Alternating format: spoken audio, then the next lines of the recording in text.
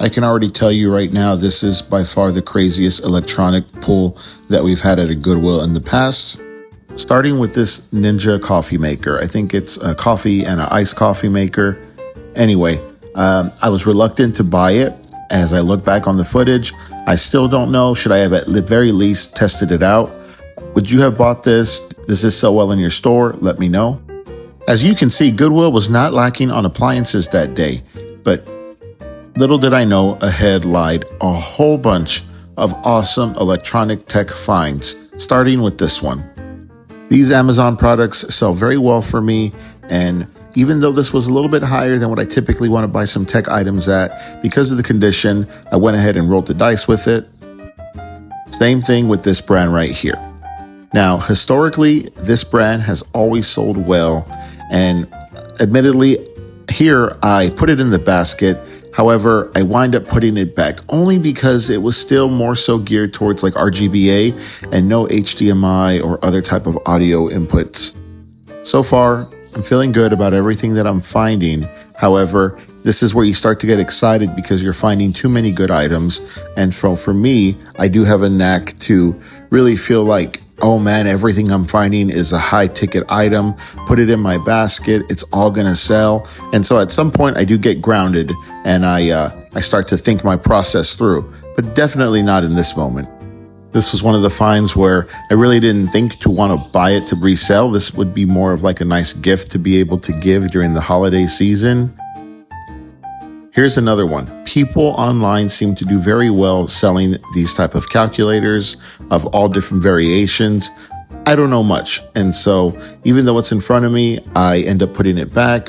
Same thing with this right here. This seems to be like an electric pedal. I don't have batteries to be able to check it out. And I know Goodwill has a policy to give store credit. But again, at this point, I'm thinking the best thing to do here is just stick with what I know versus gambling. And yes, I can run comps in the store, and at some point I do. But again, I have no history selling these type of products, and my mind clearly is clouded at that moment. In a few more moments, you're going to see two big pulls that I find that I did not get to record finding only because the person who works there brought out a cart of new items to put on the shelves, and it was just, holy cow. I grabbed two of them. I think I grabbed three actually, and put them in my basket. I'm going to come back here and do a recap momentarily. First is this Roomba. Open the box. Everything looked great. I have never found a Roomba like that before. They're typically missing parts. So that was exciting. The next one here is this shaver that was 100% complete. It had everything in the box, worked, and this one I feel good about. And then lastly is these red light therapy mask. I know from my wife telling me about it in the past that these do well. And sure enough, this is going to give us a nice profit, especially at only $14.99. What do y'all think so far about those three items? We're almost out of the woods when it comes to the tech section. There's a couple more items though that we find, such as this Coleman lantern that is super OG, typically, I don't know, I would imagine like late 90s. However, I didn't get it because look at all those batteries that it takes. And when you find it brand new retail, for what somebody could buy it brand new for, and if I were to sell it for that price with fees, my margins would be very little, even though at the moment I felt good about it. The next are these stereo systems. Now, this first one, I felt like maybe I could get this, but this is where, because I don't sell on Marketplace, these are items that I would find difficult to be able to sell on platforms like eBay. And for that reason, I held back. Now on this one, I thought, oh man, well, maybe I should gamble on this one because this is a huge brand, very popular. However, the only thing is that I wasn't able to test it, and that would be a huge mistake to buy, especially because I'm not too sure if the sound system works. But in that moment, I'm going back and forth like, oh, I got to go for it because these can retail for $300+. Okay, we're finally done with the tech section, and we're going on into an area that I look forward to checking out, and that is the bottle section. I usually look for Starbucks items because they're seasonal. I look for trendy water bottles, whether it's like Hydro Flask or Blender bottle. Then I look for name brand products that are complete. This one I made a mistake on. I bought it. However, this is supposed to have, I believe, a set of 4 or 5 cups, and this one only had 3. But because I didn't do my research, and again, I was just feeling really good, I went ahead and bought it.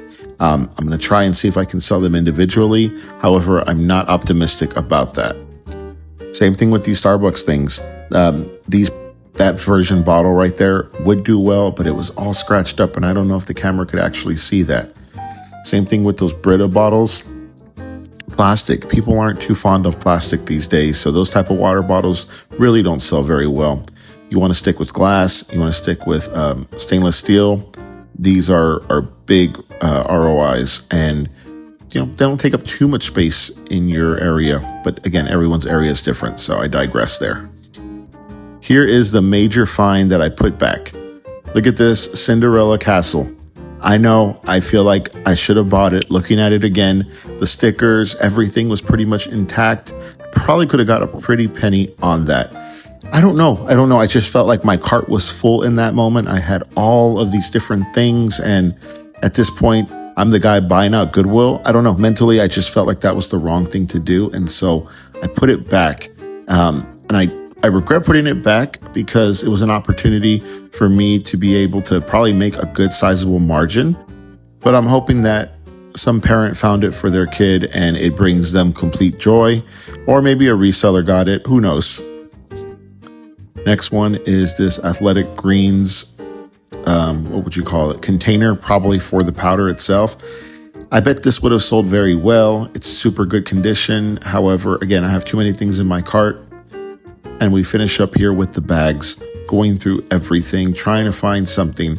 This is where I'm still growing in that area. So any bags that I go across that you see, please leave in the comment section what I should have looked further in on, or what's a good rule of thumb when you're looking at bags. All in all, this trip wound up costing us about $165. Hoping to be able to net about $200 on top of that. But admittedly, we did keep the Roomba. We needed a new vacuum. And so that's going to shrink our profit margins just a little bit. But at the end of the day, we're happy with that. This was a great haul. But what do you think? Leave it in the comments.